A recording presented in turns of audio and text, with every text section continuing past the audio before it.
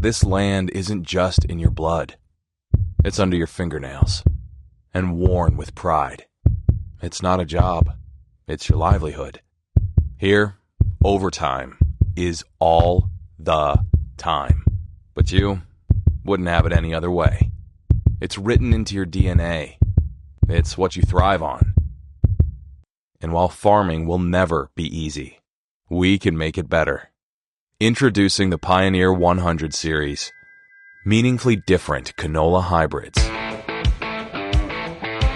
It's time for RealAg Radio on Rural Radio Channel 147 on Sirius XM.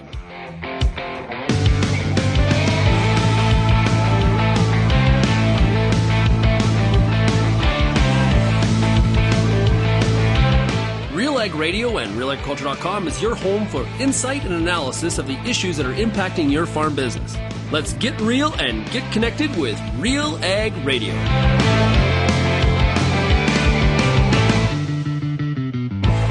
Welcome to RealAg Radio here on Rural Radio 147 at Sirius XM. Sean Haney, your host here on this Thursday edition of the show.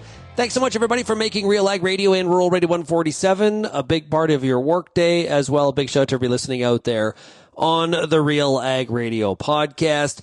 Looking forward to today's show because it is the Farmer Rapid Fire. We're going to get caught up as we've entered July now. We got to get caught up on what's going on out in the fields. How are farmers making out? They get those timely rains? Is Mother Nature cooperating? What's going on with equipment? Maybe how they spent Canada Day? Lots to discuss here today on the program. Today's lineup is going to be Mark Brock. He's coming out of Staffa, Ontario. We got Jen Doelman in Renfrew, Ontario. Aaron Hargreaves is out by Brandon, Manitoba. Patrick Kunz is in Beiseker, Alberta. And our pioneer agronomist today is going to be Colleen Redlick, who is in northern Saskatchewan. Now, if you have any feedback on today's show, I want to hear from you. You can send me an email, shaney@realagriculture.com. You can also call the RealAg feedback line, 855-776-6147. Do want to mention that the Farmer Rapid Fire is brought to you by Pioneer Seeds Canada. Okay, great exclusive sponsor of the program. And I want to talk to you about Pioneer 100 series. This is the highest yielding Pioneer brand canola hybrids ever. Let me repeat that. The highest yielding Pioneer brand of canola hybrids ever. This isn't just about better canola. It's different canola. Contact your local Pioneer sales representative or visit pioneer.com/100 series to learn more. Pushing those yields higher. That's Pioneer 100 series. You know, I'm really looking forward to the Farmer Rapid Fire today because let me tell you, we got variety. And I think things have kind of, you know, at the beginning of the year, it felt like we had a real mishmash across the country. Okay. Like it really felt everything was sort of mixed up and turned on its head a little bit in terms of where the good parts were, where the bad parts were, and everywhere in between. And now it feels like we've kind of gone back to regular. West dry, Central Eastern Canada seem to be pretty decent, but we'll find out as we get into today's show. And we start off this week's Farmer Rapid Fire brought to you by Pioneer Seeds Canada in Renfrew, Ontario. And we're talking to Jen Doelman. Jen, how are we doing? We're doing really well, Sean. How are you? I'm doing good. What's happened on the farm this week? We're finally wrapping up herbicides, which is great. We do some custom spraying for neighbors. The crops are, you know, they're coming. We're definitely knee-high by the 1st of July for the corn. The soybeans look tough, but they're coming. And quickly moving into fungicides. So I'll be heading out to do some scouting once we're done, and then keeping on top of the bees tomorrow. I got some new queen cells put in last week, some new genetics. So we'll see how they do tomorrow once it's a little cooler. What all goes into bringing those, you said those new queens, what's all involved in that? So I'm very fortunate. We have some neighbors that are part of the Ontario Orbs program. So it's the honeybee.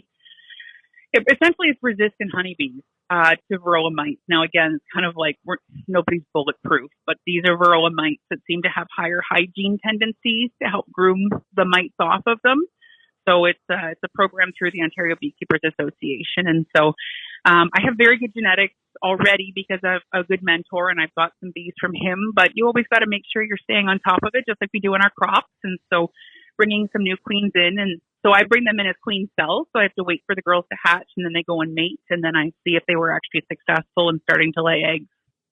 Wow. Okay. And because you're retailing honey, correct? Yeah. I'm pretty small scale in the big scheme of things. Like, I'm definitely not commercial, but it's a big hobby. Well, we gotta have hobbies that generate a little bit of money. That's okay. That's okay too.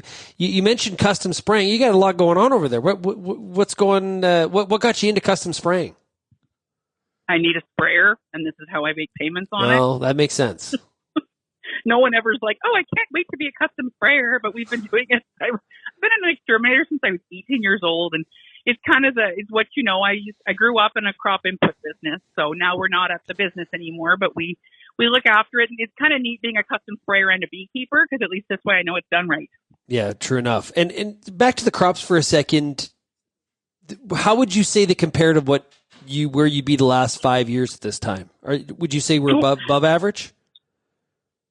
So first of all, we never remember more than a year back other than the bad years. So we're definitely nothing like last year. Last year was amazing. I'd say we're only average. The wheat looks good. The beans, I don't usually finish planting in June, and we put a lot of crop in June this year. But we put it in well, it was fit. So I'm going to say hopefully average. Okay. It's encouraging. And you said knee high, maybe even waist high?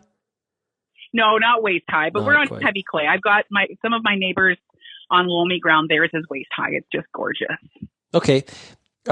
So based on the condition of the crop, any in-season, mid-season adjustments here on the crop input side? Trying to decide. I was going to put manganese in with my second pass on the herbicide, but the beans just aren't coming. So I'll probably put that in with the fungicide. Wait and see how that goes. There seems to be some good response to it.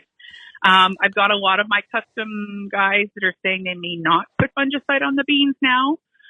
We always put it on the cereals, and I hope to not have to spray it on the corn anytime soon, but eventually tar spot will make its way to our area. So we're enjoying an August it's August, we're busy with wheat, so, and canola. Yeah. How does the canola and wheat look? Well, I've never had a year where I put the winter canola did not make it. The spring canola has over a 1 month planting date difference between our first field and our last field. So I'll let you know in September. The early stuff looks really good. The late stuff is just bolting now. Okay, interesting. I look forward to following that. And on the wheat? The wheat, things just look good. The winter wheat went the winter well. I'm taking part of the yen, so the yield enhancement network. I'm usually at the bottom end of that spectrum just because our heavy clay. But it's looking really positive. Even the spring wheat, we've got a field that's rented ground that I did not think we would get a cereal in this year, but we did. There was 2 days, and we ran like heck, and we got the wheat in. It actually was really good, but just needed some rotation away from corn and beans. Oh, nice. Oh, good stuff. You're in good shape then, crop-wise. Things are sounding pretty good over there, Jen. We're trying to be. I talk with some of I'm on the canola growers, and I talk with some of my other directors out west, and I'm hearing how dry it is in pockets, and we at least got the crop in. So you just got to kind of bird in hand, right? Yeah, well, if you don't get the crop in, you don't got nothing. But it's There in Western Canada, we're going to hear it later on here on the show. But we definitely could use some drinks of water in different parts for sure, and that timely rain thing needs to keep on happening for sure. Any new equipment or ag tech implemented on the farm here in 25 that you're happy or dissatisfied with? Well, actually, yes. We just bought a new to us combine. It hasn't arrived yet. Now, Chris always makes fun of me, Chris Moore, because I never remember the equipment models. I can tell you my genetics, no problem. So while we're chatting, I'm actually going to look up my capital assets listing just to get the actual model number. We've moved to Case.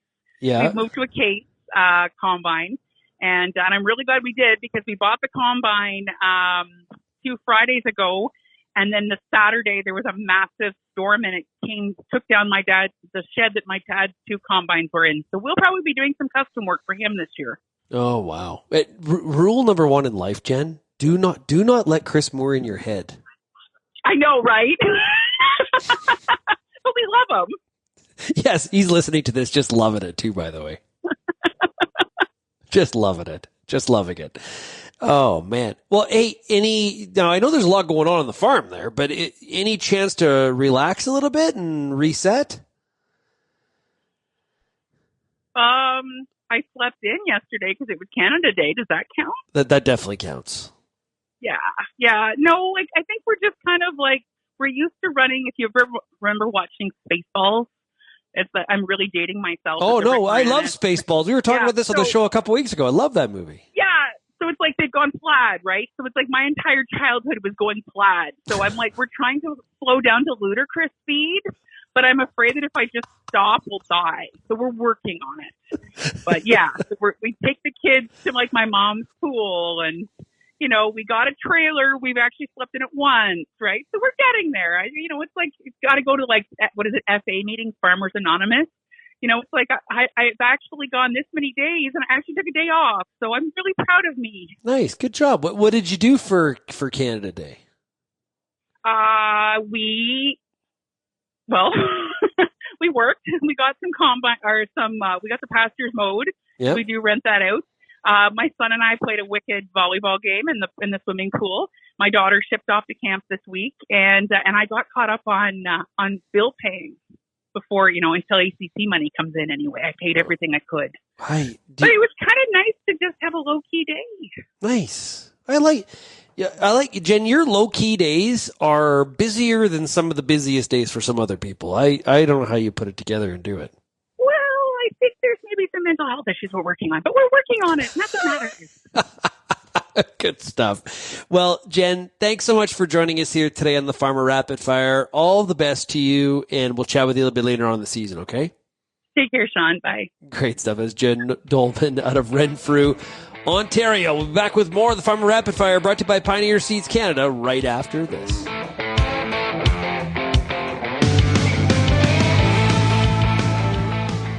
Today is the launch of Invigor Gold, hybrid Brassica gensea, not in the traditional canola areas. Joined by Stuart Brandt, global head of canola breeding. So gensea has been around for a while. This isn't your grandpa's gensea. We've been able to improve the bottom end of the yield to make it more competitive, but we've also improved it so when times are better and growers are getting some moisture and they have maybe a little bit better organic matter content, the yields can compete with the best Napus varieties. Even in a good year, these will compete very well, and often that was a challenge with some of the early gensea, that work that had been done. In the traditional, what I would call canola growing area, Napus still outperforms gensea, but if we get into the brown soil zones, areas like this, and there would be some areas in and around North Dakota where this would be a very good fit and be competitive with Napus in good times and outperform it in tough times. Invigor Gold, hybrid Brassica gensea, launching in Montana and the Northern Plains 2027, Central Plains in 2029, and hopefully Canada sometime in the early 2030s. Agriculture.bsf.us.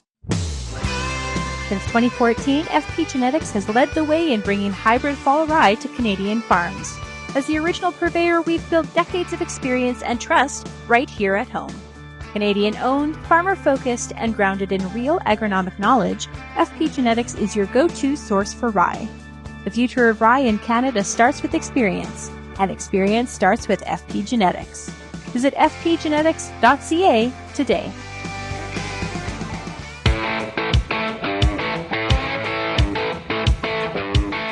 Farmer Rapid Fire on RealAg Radio is brought to you by Pioneer Seeds Canada. And right now we're joined by Mark Brock, who is out of Staffa, Ontario. Hey, Mark, how are we doing?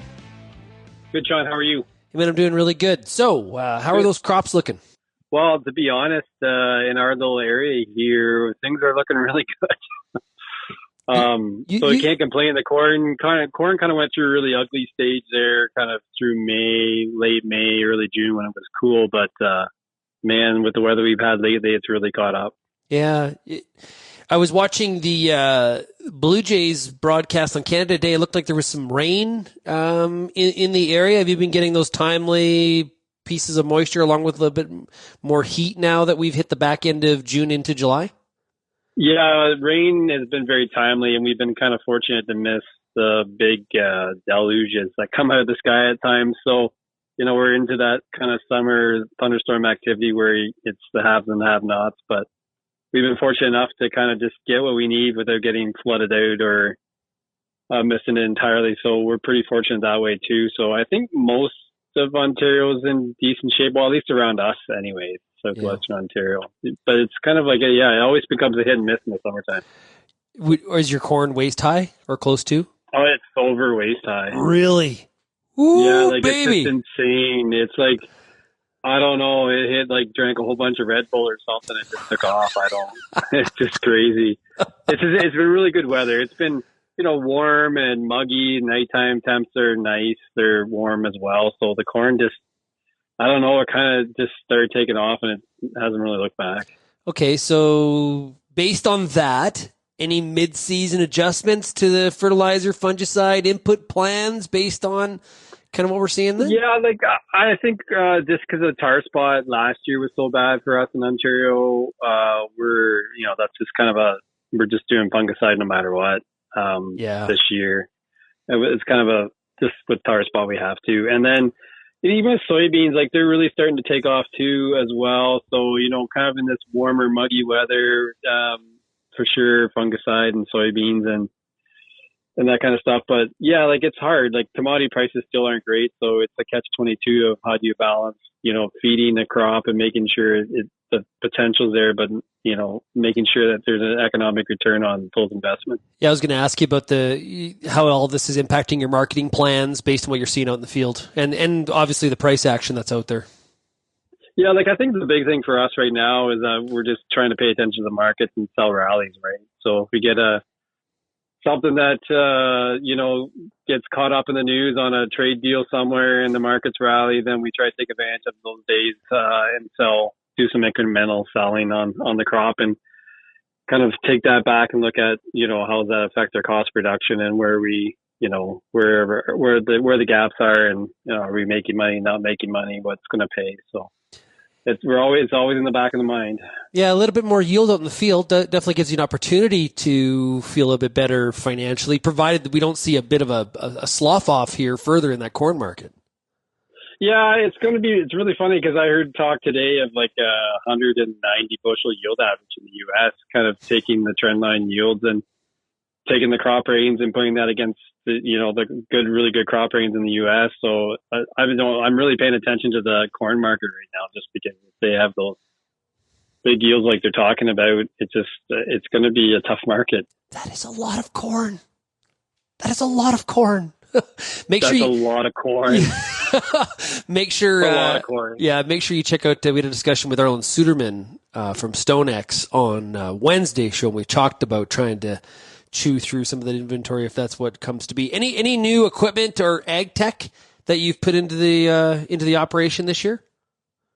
I don't think so. No, we haven't really done anything too crazy. We're just kind of sitting back and keeping, I guess, kind of that old saying that goes like keeping our powder dry kind of thing. Yeah. So, if there's opportunities that pop up, we'll take advantage of them. But, I think right now just being cautiously optimistic with yields and pricing and profitability and return per acre. So it's just right now, even talking to some of the equipment salespeople, it's pretty quiet. It ticked up a bit after spring. So I think just the way the crops are staying now, there's a bit more optimism out there to do some stuff, but ourselves are just kind of biding our time, I guess. Yeah. What else is going on the farm this week?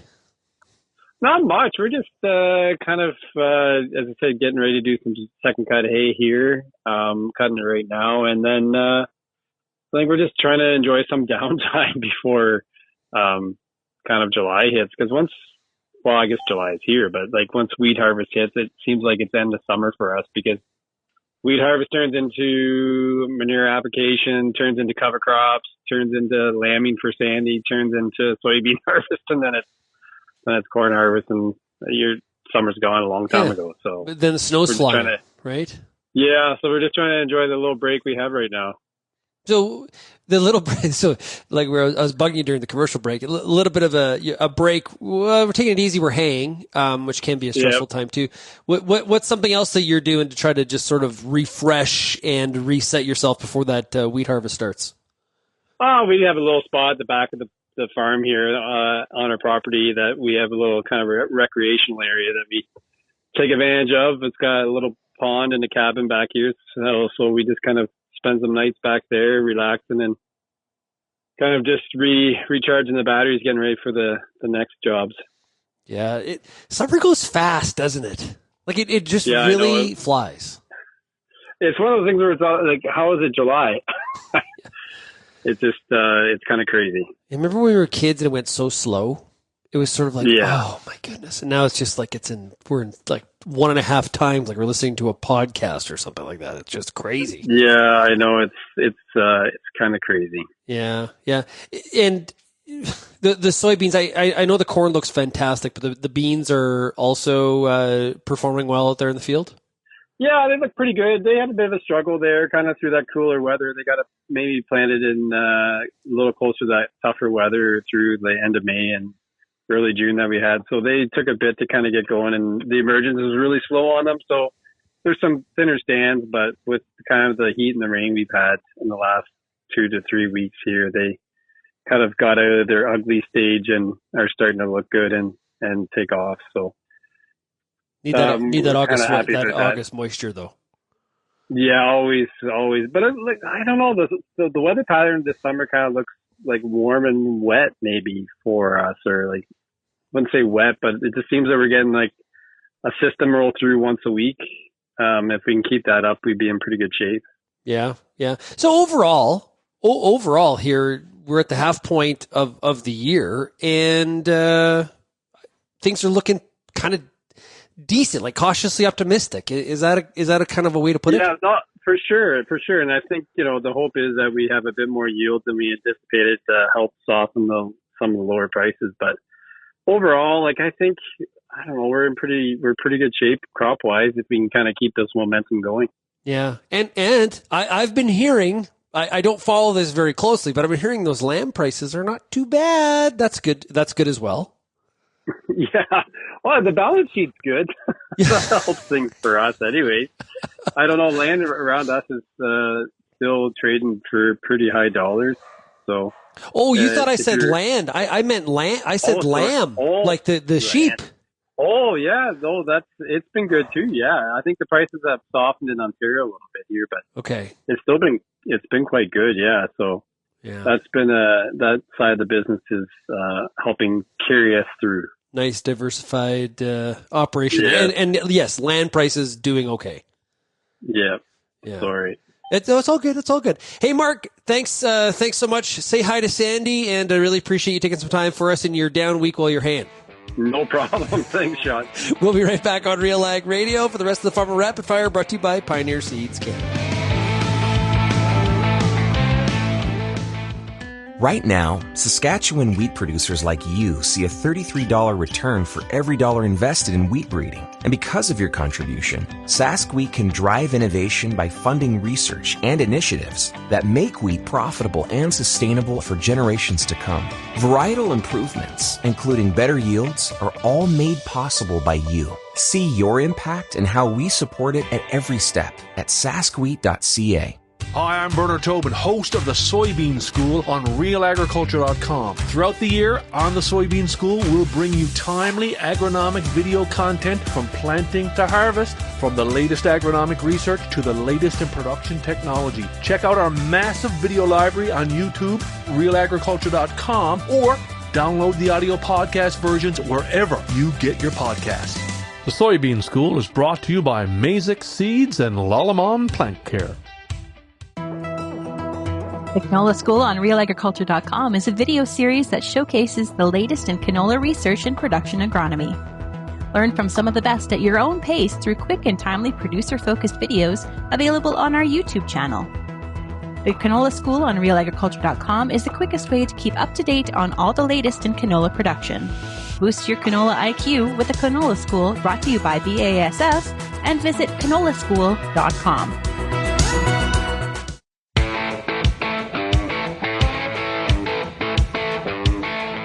So far, the Farmer Rapid Fire brought to you by Pioneer Seeds Canada. We've heard a lot about some of those, pretty good-looking crops out in central and eastern Canada. Let's find out what's happening out west. We're going to Brandon, Manitoba, and we're talking to Aaron Hargreaves. Hey, Aaron, how's it going? Not bad. Hey, what's going on the farm this week? Just finishing up last herbicide pass on some edible beans, and I guess we're contemplating spraying wheat. Yeah, like with the fusarium, oh yeah, really with the fungicide. Yeah, not sure if we're going to or not. We're still deciding, but yeah, we haven't had a half-inch rain in the last 6 weeks. Ooh. So yeah, we are it's extremely dry here. Yeah, that's definitely on the dry side. Are the crops showing it? Yeah, I'd say probably not as bad as you might think at this point. They should be, but yeah, no, the wheat for sure. We've lost a lot of yield on already. The early canola, I'd say we've probably lost yield on already as well. But yeah, and virtually, nothing in the forecast other than maybe a couple of days of 60% chance of showers here and there. So yeah, it's frustrating. Yeah. Last year in June we had 8 inches. This year, we don't have a single farm that had a half inch of rain this year through June. That's way below average for like your area, isn't it? Yeah, and we have to go all the way back to our last rain was on May long weekend. So ooh, yeah. Okay, so the last real rain, I guess. Like I said, we've had a tenth or a couple tenths here and there, but just unbelievably dry. So it impacting your fungicide plan for wheat. How about on canola? Definitely not. Yeah, they're definitely not spraying any canola at this point. Yeah. Huh. And obviously too early to probably tell, but are we talking about like what kind of dial back on yield are you sort of penciling in, or would you expect right now off the top? Hard to tell though, I know. But. I mean, it is hard to tell because, if we happen to catch rain and save what's there, then I don't we're already below average for sure, especially on the wheat. Average for us would be low 80s probably for spring wheat, but we're probably flirting with crop insurance at that 63 bushel if it rains right away. If not, it can just only go down. So,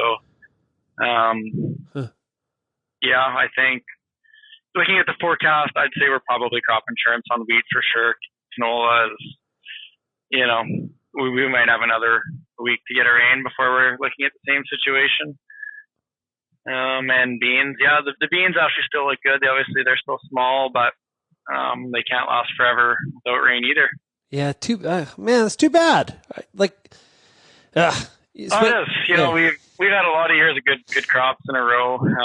Everyone kind of takes one for the team once in a while. It's looking like it's our turn, and honestly, I think there's a lot of areas. There's some areas that have been getting some rain, but there's a lot of areas that are still kind of in a similar situation. Yeah, absolutely. There is more acres in Western Canada looking for rain than feeling okay about it. Like it's overall for sure, and some weird areas too. Like if you look at a good part of the growing season, northern Saskatchewan's been begging. That's usually an area where you don't even talk about wanting more rain. So it definitely has been a bit of hopefully we still got some time. So, but it needs to happen. That's the problem. Like it's now we're down to like the critical time where if it's going to rain, it's got to happen. Or what farmers tend to say is, whatever. Right? Yeah, no, and that's the thing with the wheat, that's why we're just kind of contemplating. We're going to do some yield checks here today and see what we think is, best case scenario at this point that is left out there. And then,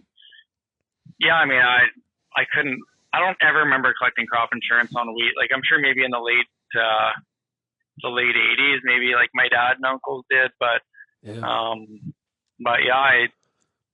you're already into crop insurance, it doesn't make any economic sense, and it's that dry. I don't know if we can get a response from fungicide at this point, anyways. Just hard to have fungus in the desert. Yeah. How has it impacted the crop marketing? Have you been just holding off of sales to just kind of see where you're at from a yield perspective? What have you been doing there? We haven't made any new sales in the last few weeks, that's for sure. We do have some grain on the books in all crops, except for soybeans, I guess. But the prices we're at, I'm pretty happy with.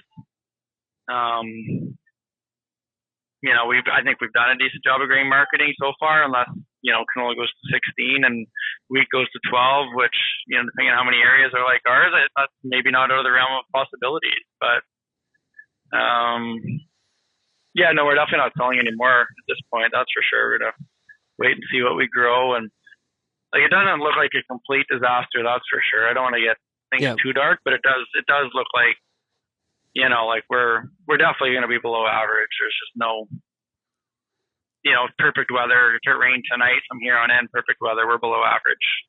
So from harvest timing wise, does it look like it's kind of pushed up harvest a little bit? I think it will. Yeah. We're fungiciding, we would be fungiciding spring wheat already. And, usually you're 6 weeks after fungicide. So you're, kind of in the field, but if it doesn't rain, I could see us being in the field in a month. I don't know how we wouldn't be. Yeah. I guess, which would, shorten lake season too. Really be grumpy. Yeah, well, I was going to ask you because it really has condensed the whole growing season. I've been trying to ask everybody, are they getting any chance to rest and relax? What did you do on Canada Day? Were you out spraying?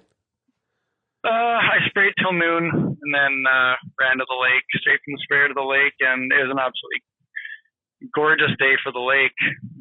Not such a gorgeous day for thirsty crops, but I think it was 29 and not a whole lot of wind. It was a spectacular day for the lake. So I've got to the lake a couple times now, and probably get there hopefully over the next few weeks a little bit more and enjoy summer. Can't sit here and worry about the crops all year. You gotta go enjoy your life. So absolutely. What's the favorite activity off the back of the boat at the lake? Personally for me, probably slalom skiing. The kids like slalom skiing, but they also do some wakeboarding, a bit of tubing. Actually, one of their favorites now, we just get a lily pad, we take it out to the middle and, throw it out and play some tunes and swim off on a beautiful afternoon, we'll swim off the boat for an hour and a half. So it's, lots to do. Hard fighting the kids on who gets control of the music, or is you're driving, you decide?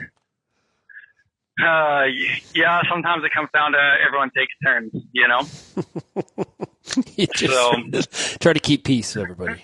Yeah, exactly. Yeah, absolutely. Yeah. Well, hey, Aaron, I appreciate you working us in. I know you're a super busy day there today, so thank you so much, and hopefully get that timely moisture like you need, okay? Yep, sounds good. Thanks, Sean. We'll be back with more of the Farmer Rapid Fire brought to you by Pioneer Seeds Canada right after this.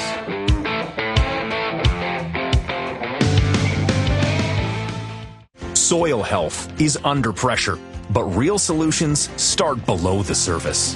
Black Earth offers a full suite of humic solutions, from high-purity granules to powder, liquid, and soluble formulations, all powered by pure Humulite.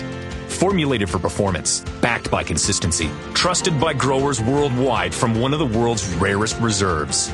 Grow stronger with the power of Black Earth Humulite. Learn more from Mine to Market at blackearth.com. It's summertime, and you've got a lot of important decisions to make when it comes to your corn crop. Let the Corn School on RealAgriculture.com help guide you through those big decisions with input from leading experts in the field. If it's spray timing, disease identification, or any other field issue, the Corn School's got you covered. The Corn School on RealAgriculture.com, brought to you by BASF and Pride Seeds.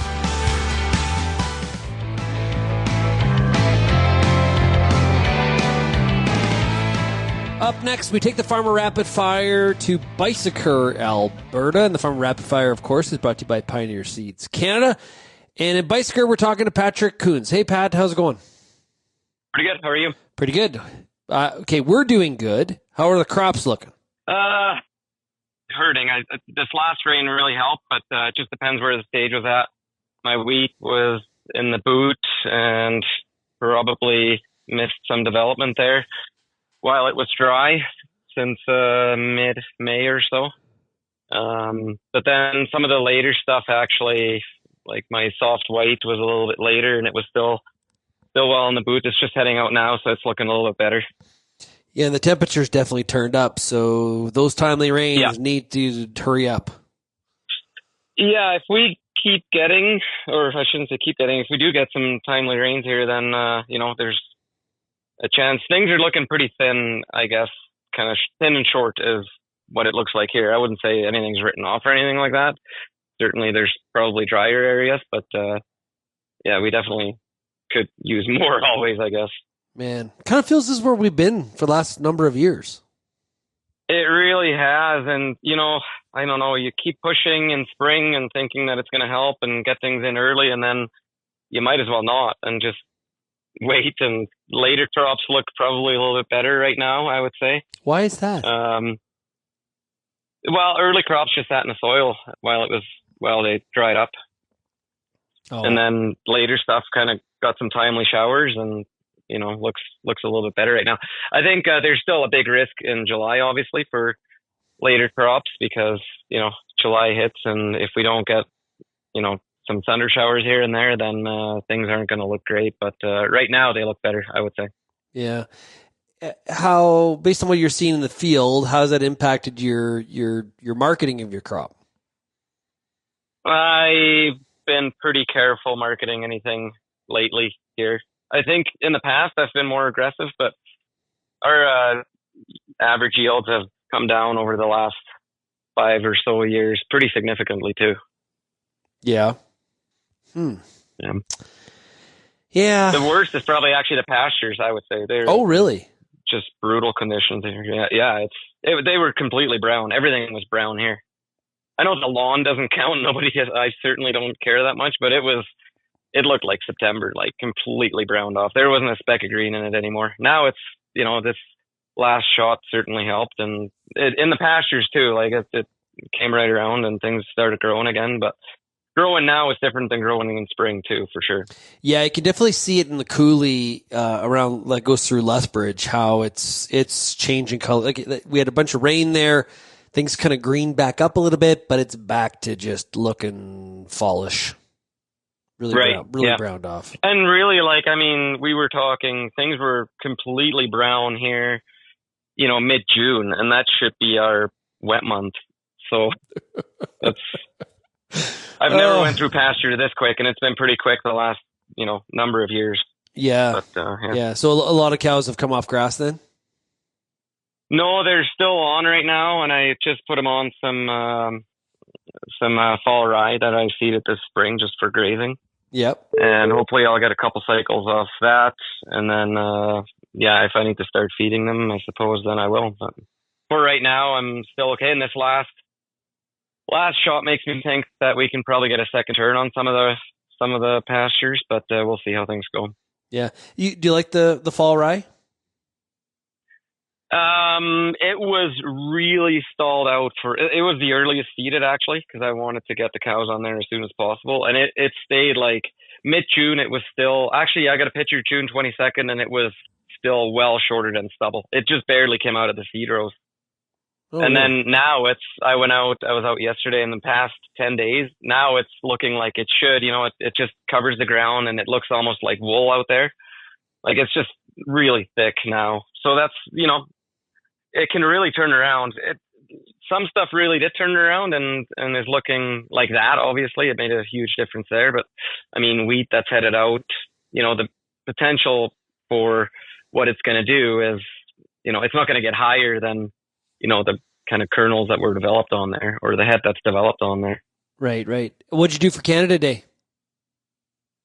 Oh, not much actually. Not much. Posted a picture of my flag. That's about it. That's not a bad thing. Yeah, no, I guess not. Yeah. Okay. So it was pretty quiet. Yeah, pretty quiet. Okay. Hey, jumping back to the crops. So with kind of the conditions and stuff like that, has it changed any of your in-season plans agronomically, like on inputs and stuff like that? I don't think I'm going to spray the canola. It's just not great looking at all. Mm-hmm. The peas are okay. I just sprayed them. The cereals have nothing on them at all. They're clean. Like fungicide wise anyways, they're right clean. So won't be doing any of that spraying. In the past, I always sprayed everything, but just with conditions now, I don't know. I don't think so. Yeah. You mentioned you got some cows out on grass. How did calving go this season? Really well. Conditions were certainly a lot better than last March. Last March was kind of pretty brutal there. The beginning was really cold. I had all the heifers synced and whatnot, so that was a bit of work there. But this year was nice. I think I had one cow in the barn. That was it. Yeah. Feed them out then? Yeah, we feed everything out. Or is that what you mean? Sorry? Yeah. Last year's calf crop is about ready to go here, so that's looking forward to that. We should talk more cattle, actually, not grain so much. Grain's kind of losing my interest, and cattle kind of cattle. Like talk from a profitability standpoint. Cattle's been a definitely one of the bright spots in farming. Oh, massively! Yeah, I had a pretty fun meeting with the banker too earlier this year, just discussing everything, and with the accountants, taxes and stuff like that, and or just tax preparation and stuff like that, planning and all that stuff was certainly. I'm definitely glad I'm a mixed farmer. Let's put it that way. Yeah, this is when having that diversified farm really pays off, right? Yeah. And have you always been mixed farm? Yeah. Do you? What's your? We had Arlen Suderman from StoneX on the show on Wednesday, and we were talking about one of the beef has just shown itself to be just inelastic. Like no matter what the price is, demand just continues humming along. You know what? It's funny too because it does, and I mean, there's some good fundamentals behind it all right now for sure.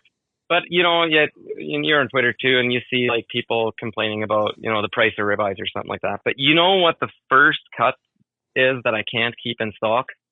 It's always my most expensive. And I do sell like individual cuts, right? Like I sell quarters and whatnot, and then I have freezers full of individual cuts that I sell. Like if you want to buy a steak, I'll sell you one steak or whatever. But it's funny. The most expensive cuts are always the quickest to sell. Always. And I'm not cheap. I am definitely not cheap. It a little bit, just put that in a farming context. It's kind of like everybody complains about, how expensive corn seed, soybean seed, or canola seed is. But you ask a retailer combines, and what's the first thing sold out? Oh, it's so expensive, blah, blah, blah. And then, they're literally complaining while stroking a check, right? Like, I don't know, like that.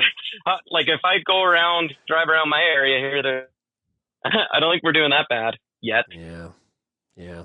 Just as a general rule, I know things aren't as fun in grain farming. I get it, and I am a grain farmer as well. But just judging by driving down the highways, I don't know. Guys are still buying brand new equipment. Yeah, on the cattle feeding side, there's a lot of talk this week about the amount of corn potentially out there, which will definitely keep feed prices down. Yeah, and that should be okay for me. I guess I'm kind of on both sides too, right? I do grow. I am a grain farmer too, and so you need like a happy medium, like that. There's sort of at some point there's like this equilibrium where it's like good for both sides. We'll never have that. And you know what?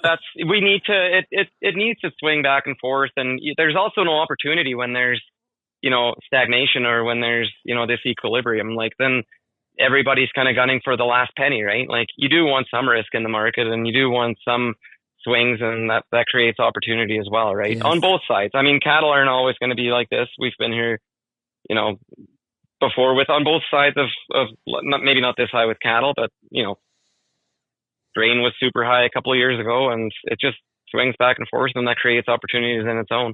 Yeah, well put. Hey, Pat, thanks a lot for joining us here today on the Farm Rapid Fire. I really appreciate it. Yeah, right on.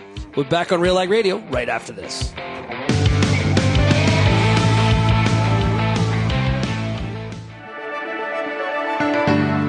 Built on over 100 years of seed innovation and unwavering commitment to farmers, Pioneer 100 Series canola hybrids deliver a step change in yield performance and agronomic traits. This isn't just better canola, it's different canola. Pioneer 100 Series. Contact your local Pioneer sales representative or visit pioneer.com/100 series to learn more today. How's your seed quality? What should you treat with? What about herbicide carryover and environmental concerns? Spring is here, and you've got a lot of things to think about in regards to your pulse crop. The Pulse School on Real Agriculture has information and advice for all these questions and more to help you navigate this season. Brought to you by BASF.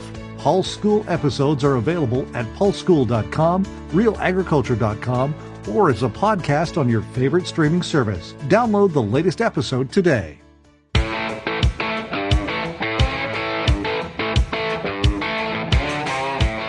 And we're back here on RealAg Radio for the Farmer Rapid Fire, brought to you by Pioneer Seeds Canada. We have heard pretty good conditions out in central Canada, some dryness out west, as we've heard Manitoba and Alberta. Next, we're going to go back. We're going to go in the middle to Saskatchewan.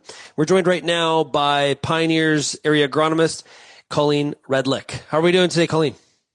I'm doing great, Sean. How are you? Pretty good. Okay, so where are you located? So right now I'm just back in my home office here. I'm in Aberdeen, but cover kind of what we call Northeast Sask. So I go, just north of the city, kind of PA area, and then all the way to Hudson Bay in the east. So about a wide swath. Yeah. Yeah, no kidding. That is a wide swath. Okay, so this is an area, my understanding was early in the season, drier than normal. Like this is an area where usually we're talking about too much moisture, to be quite honest with you. But it was drier than normal, but that has kind of switched around here as of late. Is that correct? Yeah, we were really I'm quite glad that you didn't want to talk to me until now, because if I'd gotten your note 2 weeks ago asking for, to come on today, I'd be like, no, it's just dry and depressing and people are really sad. And it's really hard to go on and talk and be, positive about your brands and canola when everybody's kind of sad and it's dry. So that was definitely the start we had was, guys that had no moisture from the time snow melted and, seeded their canola into moisture. And then we had 3 days of 80K wind and things dried out. So lots of concern early about, emergence and, people saying, what's wrong with my canola? Or did I do something wrong seeding? And you go out and look and it's just sitting in dry dirt, right? So for me, I'm originally from Bigger, that's just every year. So I wasn't too concerned. I was like, guys, the rain will come and things will get going. But definitely it was a dry start to the year. So we've gotten some rain in kind of last 2 weeks, 10 days. Things are starting to look really good. And I've actually been having some fungicide conversations in the last couple of days, if that kind of gives you an indication of how the canola's turning. Yeah, so we've been talking about fungicides here on the show today. How do I know if I'm in an area where it's kind of on that line, or I'm kind of I don't know what to do. Do I've heard about people just spraying because they saw last year they were punished so badly for not. This year's different than last year, depending on where you are. How do you go about that decision? Yeah. I know they all want us to be clairvoyant and just tell what's going to happen in the future. And I think, you kind of described what most people do. You take a look at the crop conditions. So that's what we were out doing today. I was kind of up in that Rawson area where there's some really nice crops. I was walking through those fields of canola around 11 o'clock and they're beautiful fields, right? The canopy is all filled in, about to go into flower. My boots are all wet coming out of that crop at 11 in the morning. That's a pretty good indicator, right? Right. We've had that moisture. The whole area that I cover, they always say, look at the inoculum and how much is going to be there. Well, the whole area I cover is tight canola rotation. So, if you didn't have canola in that field in the last, I'm not going to say year, but 2 years kind of thing, then your neighbor sure did, right? So, we know that there's going to be inoculum, especially like you said, a lot of times last year, guys said, well, I should have sprayed and I didn't. So, those ones, I think it's going to be fairly easy for them to make the decision. The really stagey ones that got off to a tough start and now are kind of coming back, they're a little more tricky, right? You've got to kind of look at where the majority of the yield in the field is going to come from and will it pay to spray that part. There's some great technology now for precision mapping and turning your sprayer on and off to maybe save on some fungicide in those parts. Or, my dad's been doing this for the last 20 years. It's called the switch on the sprayer, right? And you just turn it on and off for the eye test. But I think, the decision is always kind of a tough one with fungicide. Will it pay or won't it? A lot of people do make decisions based on what happened last year. And I would say just get in the field and see what we're looking at this year. Yeah, and not a bad idea. No matter which way you go on the majority of the acre, do some test strips. Oh yeah. Right. So if you decide to spray, leave some untreated area, and if you decide not to spray the bulk of your canola acres or your wheat or whatever crop, then do the opposite. That'll help you evaluate the decision, not just going 100% one or the other. Well, I'm an agronomist. I love trials. I'm always telling guys to leave test strips. I actually have some that say they don't want to because then they're going to kick themselves, right? If they made the wrong decision. I'm like, well, you can kick yourself a little this year, then maybe you won't have to kick as hard next year when, you have some data to try to decide. But I completely agree, Sean. Leave check strips if you're in doubt. And even this year with some of the stress we've been having, right? We've had a lot of early season stress. Then we had a bunch of hail with this unsettled weather. People trying different things with biologicals, with stress relieving products, a lot that we don't know. So I totally agree. Anytime, you're looking at a new product, new application on your farm, leave a check strip or two. And hey, try it more than 1 year, because this year looks nothing like last year, which is probably going to look nothing like next year. Right. So, we really need to give these products a chance. Yeah, we do our best to get that crop launched out as evenly, as consistently as possible. Sometimes when we do face some staginess based on some of the conditions, it does continue to show itself, not just at emergence, but through the rest of the years. We try to make decisions from, in-crop herbicide to fungicide and ultimately at harvest. It continues to be something you got to deal with throughout the growing season. Yeah, for sure. I think that's been, the conversation we've been having right from the get-go here, just with how conditions were, right? The herbicide timing, we're pretty much through that with canola now. But, even though we have a really wide stage, like we launched our Ogly Roundup Ready tolerance, that puts the stage right up to first flower that you can spray. But, we still did have guys in, say a Clearfield system having to make a tough decision on, which end of the spectrum you want to maybe ding your crop on, right? So it's a challenge. And nice thing is with, some of our new hybrids having that pod shatter premium technology, if you are straight cutting your crop, the management's a little bit easier versus, some of the swathing. We're kind of have more confidence now to leave it out there and let her mature. Yeah, right. You can let the later portion of the field catch up to the stuff that emerged first, because you're not as concerned about the wind shaking some of those pods loose. For sure, yeah. So that's, a nice luxury to have, but for sure it's going to be a bit of a stressful year. I think there's going to be maybe some dirtier fields than guys are used to, just because of the stuff you mentioned with herbicide staging and, some pre-harvest herbicide decisions that maybe will be a little different this year, but we'll get through it. We always do. And I think there's some really nice canola crops coming. So, a few guys will have some pleasant surprises on the end of the year. At least I'm hoping. Well, hey, Colleen, thanks a lot for joining us here today on the Farmer Rapid Fire on RealAg Radio. Really appreciate it. Thanks for having me. Now that we're into July, we're not too far from harvest. That's right. And when we get to harvest, we got to start to think about next growing season, 2026 growing season. And when we think about the 2026 growing season, I want you to think about Pioneer 100 series, the highest yielding Pioneer brand canola hybrids ever. This isn't just better canola.